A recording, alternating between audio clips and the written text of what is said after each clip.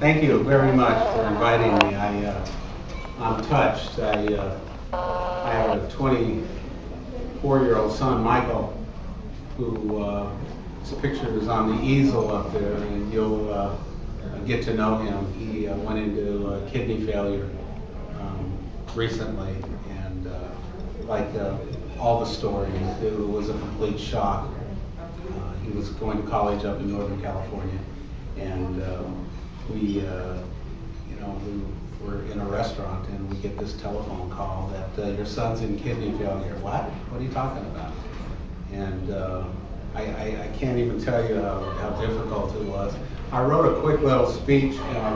My son told me that if the tomatoes come flying, to just duck, but persevere. So I promise to be quick. More than 26 million American adults have chronic kidney disease, but this number, like all statistics, tell only part of the story.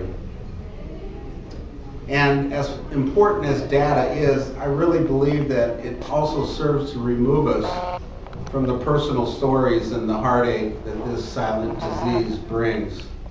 We have to remember that each one of these numbers represents a human being. A father who's unable to care for his family, a mother who has died way too soon, often leaving children behind, and me, in my case, the father of a 24-year-old son who without warning was admitted to the hospital as shocked doctors worked to save his life. How is it that a young man should have no warning? How is it that there were no signs of renal failure? How is it that kidney disease causes more deaths than breast cancer? And still, nobody seems to know about it. When I walk into a dialysis center, I see rows of people seated, resigned, and hooked up to a machine that cleans their blood. 3 to 4 hours they sit there, and they all have that hopeless stare. And they do this 3 times a week. And kidney disease doesn't discriminate. George Zuniga, a father of 6, suffered from high blood pressure his entire life. He's still in shock that he's in kidney failure. Toni Payton, an educated middle-aged woman, she had flu symptoms, and when her family insisted that she go to the doctor, she resisted. But her decision saved her life. Not only had her kidneys failed, but she was living on borrowed time, and she had no idea. Barbara Kane, Sharon Lamb, Robert Collins.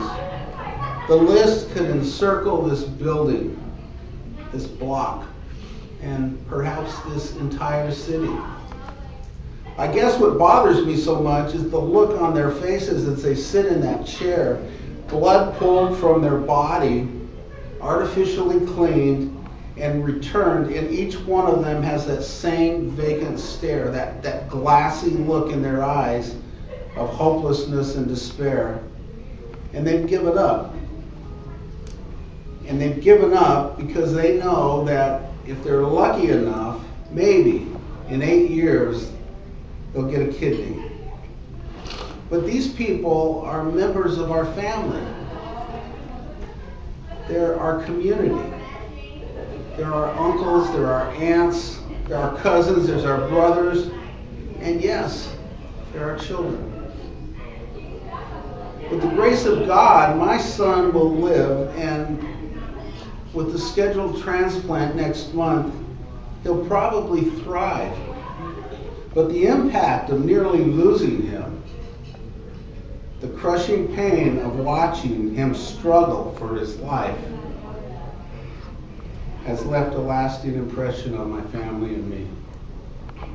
Instead of wondering why, I'm prepared to be part of the solution.